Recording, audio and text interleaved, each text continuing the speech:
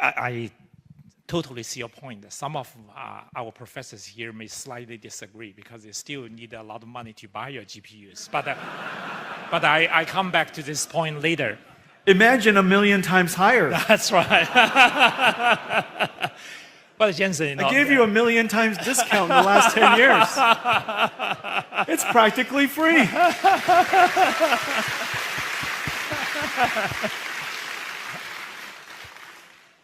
Jensen, 太便宜了。太便宜。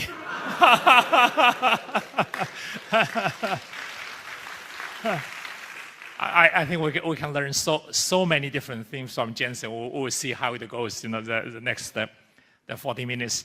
So Jensen, one thing I really want to pick your brain and think about what we should do at HKUST. It's really about the areas now with AI technology, AI infrastructure, your GPUs and everything, and your software ecosystem. Many things we can choose to do, and one particularly exciting thing now we call the AI for science. You have been championing that. For instance, we have been investing quite a bit of computing infrastructure, GPUs in our university.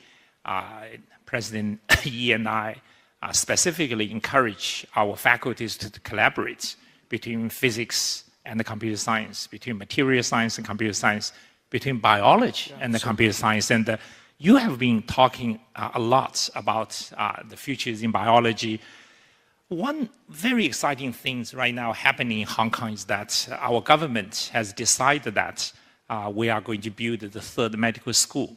In fact, HKUST is the first university to submit our proposal. We would very much appreciate your advice now, especially our alum. No,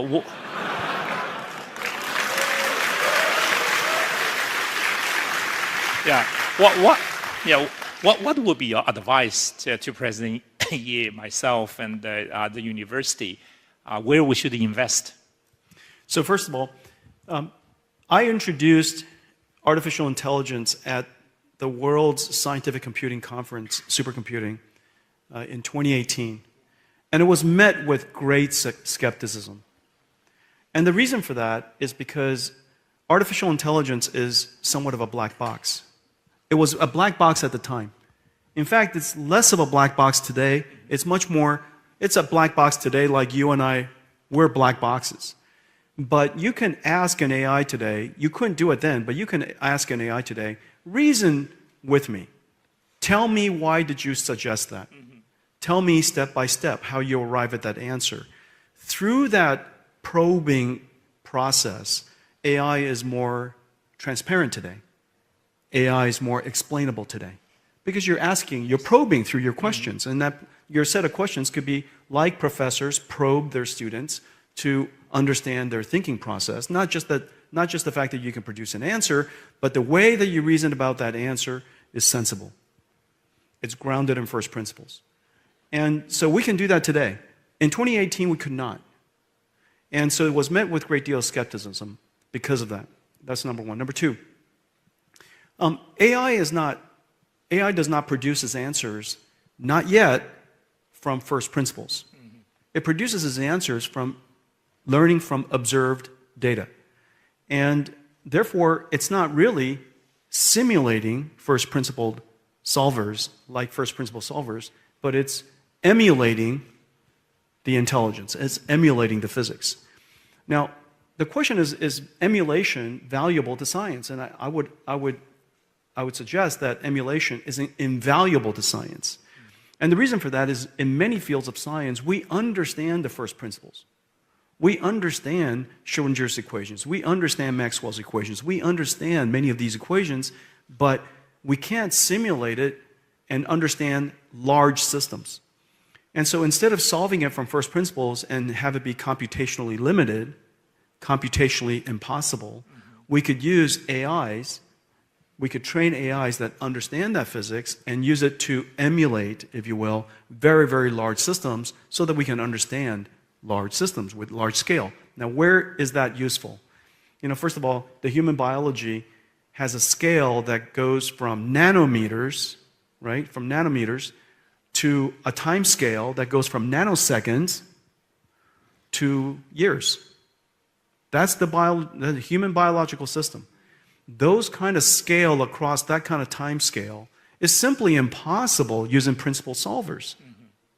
And so now the question is, can we use AI to emulate the human biology so that we can better understand these very complicated multi-scale systems so that we could, if you will, create a digital twin of human biology? And that's the great hope. The great hope is that we might now have the computer science technology so that digital biologists, climate scientists, scientists who are dealing with extraordinarily large, complicated scale problems can really understand your physical systems for the very first time. And so that's my hope, that you're able to do that at the intersection. Now, speaking of your hospital, one of the great opportunities for HKUST is that a hospital is going to be created here where its original domain expertise is technology, computer science, and artificial intelligence. That's the reverse of almost every hospital in the world. It was started as a hospital, now trying to insert artificial intelligence and technology into it, which generally is met with skepticism, distrust of the technology.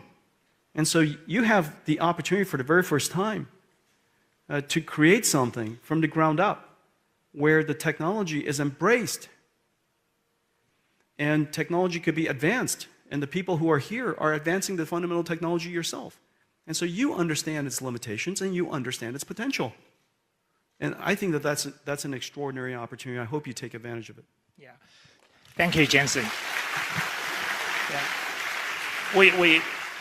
We definitely like what you suggested. That the university has been always good at technology and the innovation, pushing for the frontiers of the computer science, engineering, biology, and other things. So we thought that with the third medical school in Hong Kong, we can do something differently from what the other two amazing schools have been doing. So we combine more traditional medical training with the technology research side, which we're good at. So I'm sure we will reach out to you to get more your advice in the future. But I want to switch gear a little bit. The MIT of Asia starts a hospital. All right. Yeah.